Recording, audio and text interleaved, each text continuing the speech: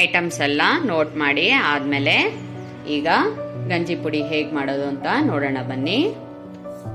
ದಪ್ಪ ತಳ ಇರೋ ಬಾಣಲಿ ಒಂದು ತಗೊಂಡು ಒಂದೊಂದೇ ಐಟಮ್ನ ನಿಧಾನಕ್ಕೆ ಫ್ರೈ ಮಾಡ್ಕೊಳ್ಳಿ ಸಣ್ಣ ಉರಿಯಲ್ಲಿ.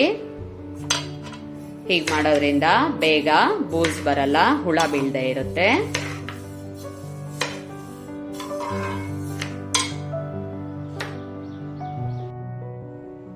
ನೋಡಿ ರಾಗಿ ಈಗ ಗಮ್ ಅಂತ ಸ್ಮೆಲ್ ಬರ್ತಾ ಇದೆ. ಹೀಗೆ ಫುಲ್ಲು ಫ್ರೈ ಆದ್ಮೇಲೆ ಅದನ್ನ ಆಫ್ ಮಾಡ್ಕೊಳ್ಳಿ.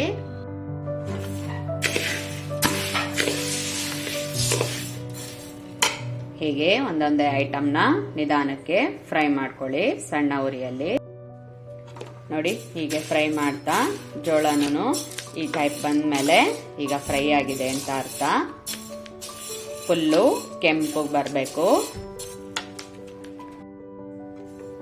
ಹೀಗೆ ಎಲ್ಲ ಒಂದೊಂದು ಐಟಮ್ಸ್ನೇ ನಿಧಾನಕ್ಕೆ ಫ್ರೈ ಮಾಡ್ಕೊಳ್ಳಿ. ನಿಮಗೆ ಇದೆಲ್ಲ ಸಣ್ಣ ಉರಿಯಲ್ಲಿ ಫ್ರೈ ಮಾಡಾದ್ಮೇಲೆ ಇದು ಫ್ರೈ ಆಗಿದೆ ಅಂತ ತಿಳಿಬೇಕಾದ್ರೆ ಒಂದೊಂದು ಕಾಳನ್ನ ಬಾಯಲ್ಲಿ ಹಾಕೊಂಡು ನೋಡಿ. ಆ ವೆಟ್ನೆಸ್ ಹೋಗಿ ಡ್ರೈನೆಸ್ ನಿಮಗೆ ತಿಳಿಬೇಕು. ಹಾಗಾಗಿದೆ ಅಂದ್ರೆ ಫ್ರೈ ಆಗಿದೆ ಅಂತ ಅರ್ಥ. ಹೀಗೆ ಎಲ್ಲ ಒಂದೊಂದು ಐಟಮ್ನೇ ಫ್ರೈ ಮಾಡಿಕೊಂಡು ಆದ್ಮೇಲೆ ಒಂದು ದೊಡ್ಡ ಪ್ಲೇಟ್ ಅಲ್ಲಿ ಅಥವಾ ನ್ಯೂಸ್ ಪೇಪರ್ ಮೇಲೆ ಎಲ್ಲ ಹಾಕಿ ತಣ್ಣಗಾಗಕ್ಕೆ ಬಿಡಿ. ಇದೆಲ್ಲ ತಣ್ಣಗಾದ್ಮೇಲೆ ನಾವು ಮಿಷಿನ್ ಹಾಕೋಬಹುದು. ಈ ರೀತಿ ಒಂದು ದೊಡ್ಡ ಪ್ಲೇಟ್ ಅಲ್ಲಿ ಹಾಕಿ ಎಲ್ಲ ಐಟಮ್ಸ್ನ ತಣ್ಣಗಾಗಕ್ಕೆ ಬಿಡಿ. ನಾನು ಇದರಲ್ಲಿ ಯಾವುದೇ ಕಾಳುಗಳನ್ನೆಲ್ಲ ಯೂಸ್ ಮಾಡಿಲ್ಲ, ಯಾಕೆಂದ್ರೆ ನಾನು ಮೊಳಕೆ ಕಟ್ಟಿದ ಕಾಳನ್ನ ಪ್ರಿಫರ್ ಮಾಡ್ತೀನಿ.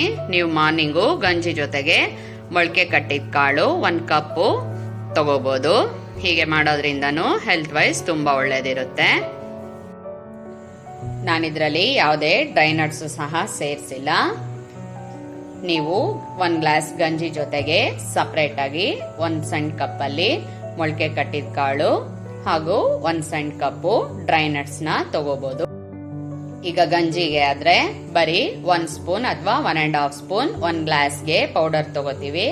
ಅದರಲ್ಲಿ ನಮಗೆ ಡ್ರೈ ನಟ್ಸು ಹಾಗೂ ಮೊಳಕೆ ಕಟ್ಟಿದ ಕಾಳು ನಮ್ಮ ಬಾಡಿಗೆ ಬೇಕಾಗಿರೋಷ್ಟು ಸಿಗೋದಿಲ್ಲ ಅಲ್ವಾ. ಹಾಗಾಗಿ ನೀವು ಸಪ್ರೇಟ್ ಆಗಿ 1 ಕಪ್ ತಗೊಳ್ಳಿ. ಇದನ್ನ ಗಂಜಿ ಪುಡಿ ಮಾಡೋದಕ್ಕೆ ಮೇನ್ ಇಂಗ್ರೀಡಿಯೆಂಟ್ಸ್ ಏನ್ ಬೇಕೋ ಅದನ್ನ ಮಾತ್ರ ಯೂಸ್ ಮಾಡಿದ್ದೀನಿ. ಆಗ್ಲೇ ಹುರ್ಕೊಂಡಿದ್ದ ಐಟಮ್ಸ್ನೆಲ್ಲ ನಾನು ಮಿಷಿನ್ಗೆ ಹಾಕ್ಸಿದ್ದೀನಿ. ಈಗ ಹೀಗೆ ಒಂದು ನ್ಯೂಸ್ ಪೇಪರ್ ಮೇಲೆ ಹಾಕಿ ಫುಲ್ ತಣ್ಣಗಾಗಕ್ಕೆ ಬಿಡಿ. ಈಗ ಗಂಜಿ ಪೌಡ್ರು ರೆಡಿ ಆಗಿದೆ. 1-2-3 ಅವರ್ಸ್ ಸ್ಪೆಂಡ್ ಮಾಡೋದ್ರಿಂದ ನೀವೇ ಮನೆಯಲ್ಲಿ ಫ್ರೆಶ್ ಆಗಿ ಹೈಜೀನ್ ಆಗಿ ಪೌಡ್ರನ್ನ ರೆಡಿ ಮಾಡ್ಕೋಬಹುದು.